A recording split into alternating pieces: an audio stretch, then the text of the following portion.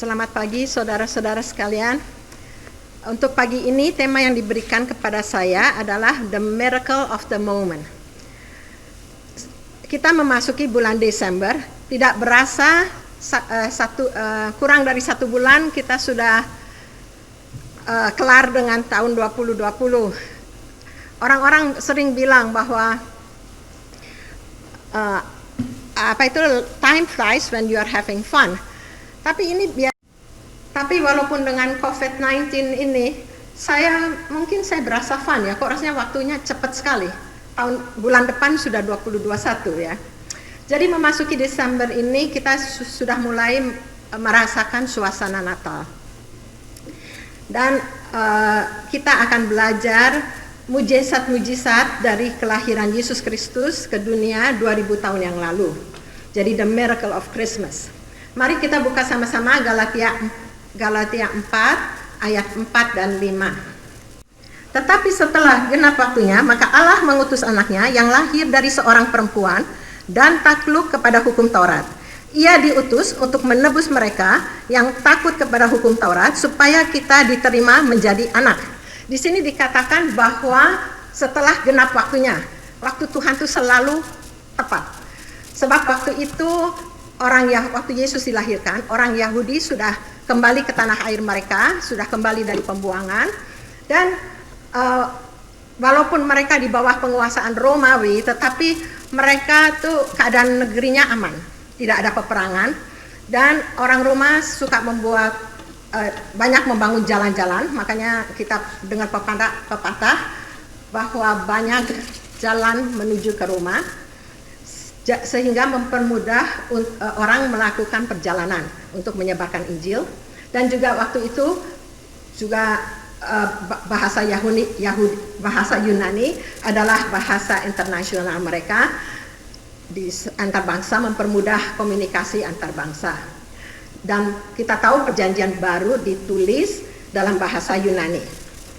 Jadi waktu Tuhan itu selalu yang tepat. Memang banyak orang sering mengatakan He is seldom early, but he is never late. Tapi saya bilang, apapun juga, saya selalu percaya bahwa rencana dan waktu Tuhan itu selalu yang terbaik bagi kita. Sekarang mari kita lihat dari Yohanes 1 ayat 17. Yohanes 1 ayat 17.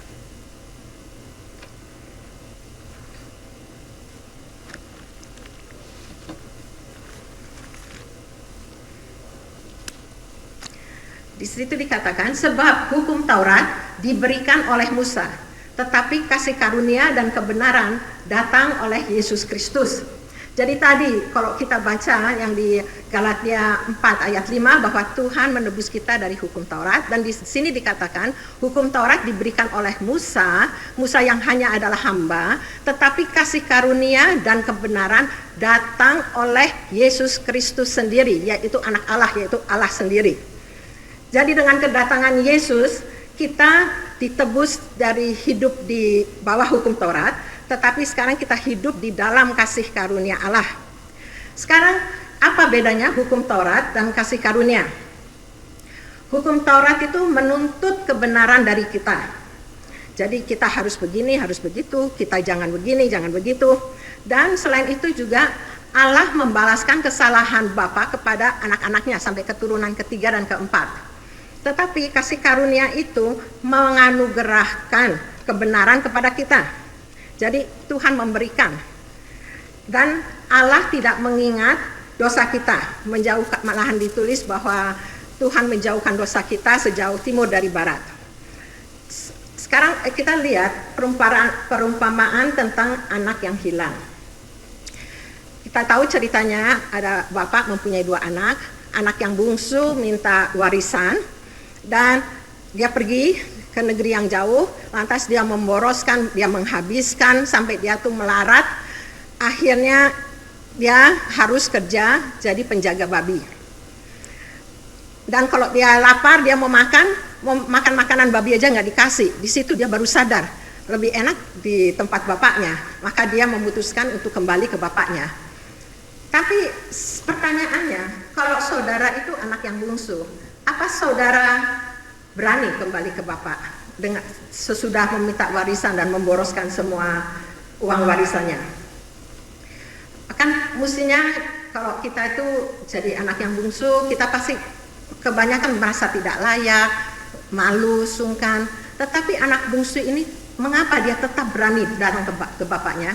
Karena dia mengetahui kebaikan bapaknya dan kasih bapaknya. Makanya dia berani kembali. Dan kita melihat bapaknya waktu melihat anaknya langsung lari. Padahal di zaman dulu, ini kan at least 2000 tahun yang lalu di timur situ, itu bukan kebudayaan bahwa seorang bapak lari menghampiri anak. Saya bisa mengerti mungkin untuk generasi yang muda kita semua sudah lebih bebas, tapi saya dilahirkan di Indonesia di mana mama saya lebih ke barat-baratan, tetapi papa saya tuh lebih kuno, lebih ke timur gitu. Jadi kalau kita tuh mengunjungi opa-oma dari pihak mami, wah itu kita selalu lari, rangkul, itu semua. Tapi kalau pergi ke tempat papa saya tuh mesti very sopan, datang berdiri dengan sopan, atas mesti soja. Jadi nggak ada rangkul itu semua tuh nggak ada. Nah, dan ini anak kan dia penjaga babi. Jadi kan pasti baunya nggak karuan. Selain itu pasti mengadakan perjalanan yang jauh, ya keringetan, ya kotor, debu semua. Tapi di sini kita melihat bagaimana ayahnya itu begitu senang dan menerima anaknya. Banyak orang yang suka bilang, oh mereka sih mau menerima Tuhan, tapi rasanya belum layak, dia masih banyak benci orang, masih kotor, dia mau membersihkan diri sebab Tuhan kita Allah yang kudus. Nah kita lihat itu tuh semua adalah tipuan dari iblis. Kita melihat iblis itu bekerjanya kalau kita sebelum berdosa dia menjadi penggoda, tetapi sesudah kita berdosa dia menjadi pendakwa. Jadi seringnya dia tuh bikin kita condemnation sehingga kita benar-benar merasa tidak layak atau kita menunda untuk menerima Tuhan sebab kita pikir kita mau membersihkan dulu. Padahal kalau kita mau membersihkan dengan kekuatan kita sendiri itu pasti tidak terjadi ya. Jadi kita melihat sesudah itu bapaknya juga memberikan jubah, cincin dan sepatu. Nah bapaknya tuh memberikan itu dengan gratis, cuma-cuma, nggak bilang oke, kamu memperlihatkan, kamu coba saya cek dulu kamu sudah layak nggak menjadi anak saya kembali, kamu kerja 1 tahun. Sama sekali tidak, ayahnya tidak mengingat kesalahan dia, tetapi langsung memberikan itu 3 jubah, cincin dan sepatu yang menandakan bahwa bapaknya memberikan pengampunan, mengembalikan kuasanya dan mengembalikan juga status menjadi anak. Dan selain itu juga mengadakan pesta. Sebab kita tahu di Lukas 15 ayat 8 dikatakan ada sukacita di sorga kalau satu orang berdosa yang bertobat. Sekarang kita melihat anak yang sulung. Anak yang sulung ini adalah kita melihat adalah anak yang masih hidup di bawah hukum Taurat. Sebab kita lihat waktu dia datang, dia dengar ada pesta, dia nanya ada apa, ayahnya datang berbicara. Lantas jawaban anak sulung ini kita baca di Lukas 15 ayat 29. Dan kalau 29 ya, 15 Lukas 15:29. Tetapi ia menjawab ayahnya, katanya, telah bertahun-tahun aku melayani Bapa dan belum pernah aku melanggar perintah Bapa. Tetapi kepadaku belum pernah Bapa memberikan seekor anak kambing untuk bersukacita dengan sahabat-sahabatku. Ini benar kan dia bilang menaati, tidak pernah melanggar, itu semua hukum Taurat kan. Harus begini, harus begitu, jangan begini, jangan begitu. Jadi secara lahiriah dia tuh dekat dengan bapaknya sebab dia tidak meninggalkan, tidak minta warisan, tidak meninggalkan bapaknya. dan dia menaati perintah bapaknya, tetapi dia sama sekali tidak mengenal hati dan kehendak bapaknya. Nah, ciri-ciri orang yang hidup di bawah hukum Taurat itu yang sering kita baca di Injil itu orang Farisi dan ahli Taurat. Orang-orang yang religious, mereka selalu self-righteous, mereka menganggap diri mereka benar dan mereka berhak mendapatkan keselamatan karena perbuatan mereka, dan menganggap rendah orang lain dan mempunyai hati yang keras. Kalau mereka melihat orang berdosa, mereka merasa bahwa orang itu harus dihukum dan tidak layak menerima keselamatan. Jadi kita melihat ini dari mujizat yang pertama bahwa Tuhan menebus kita dari hukum Taurat dan menganugerahkan kasih karunia. Dan kita diterima bukan lagi hamba, tetapi kita sekarang adalah anak. Sekarang mari kita lihat lagi mujizat lainnya. Itu kita lihat di Markus 1 ayat 15. Markus 1 ayat 15. Katanya, waktunya telah genap, kerajaan Allah sudah dekat. Bertobatlah dan percayalah kepada Injil. Kerajaan Allah itu apa? Kerajaan Allah itu pemerintahan Allah di mana kehendak dan kuasanya terjadi. Dan kita tahu waktu Yesus di dunia, dia sudah mulai menyembuhkan banyak orang, dia mengusir banyak setan.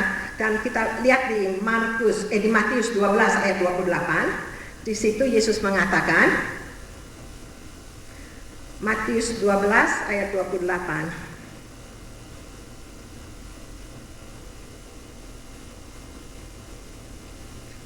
Tetapi jika aku mengusir setan dengan kuasa Roh Allah, maka sesungguhnya kerajaan sudah datang kepadamu. Jadi kerajaan Allah itu sudah datang dengan bila kuasa Roh Allah dinyatakan ya. Jadi dan kita tahu Tuhan juga di Lukas dia sudah memberikan murid-muridnya itu power and authority. Tidak hanya kekuatan juga kuasa. Jadi untuk mengusir setan, menyembuhkan orang-orang. Jadi waktu itu murid-muridnya, jadi sekarang pun kita harus tahu bahwa sebetulnya kita mempunyai power dan authority dari Tuhan, di mana kita dapat mengalahkan setan dan kita dapat menyembuhkan penyakit. Dan sekarang kita balik lagi tadi Markus 1:15 yang dikatakan bahwa kerajaan Allah sudah dekat.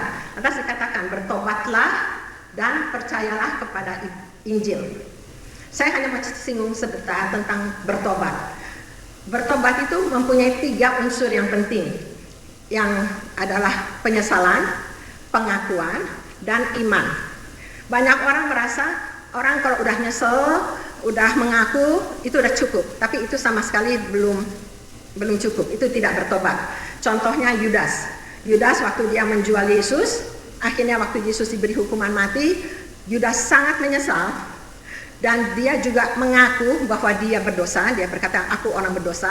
Malahan dia jijik dengan hasil dari penjualan dia, uang perak itu dia lempar, dia tidak even mau dia ambil lagi, dia lempar ke bait suci. Tetapi dia tidak mempunyai iman. Dia tidak mengenal bapaknya, dia tidak berani untuk kembali ke bapaknya. Karena itu makanya dia menggantung diri. Dan bertobatlah dan percaya. Jadi bertobat kita harus ingat, at least kita harus mempunyai 3 unsur itu ya.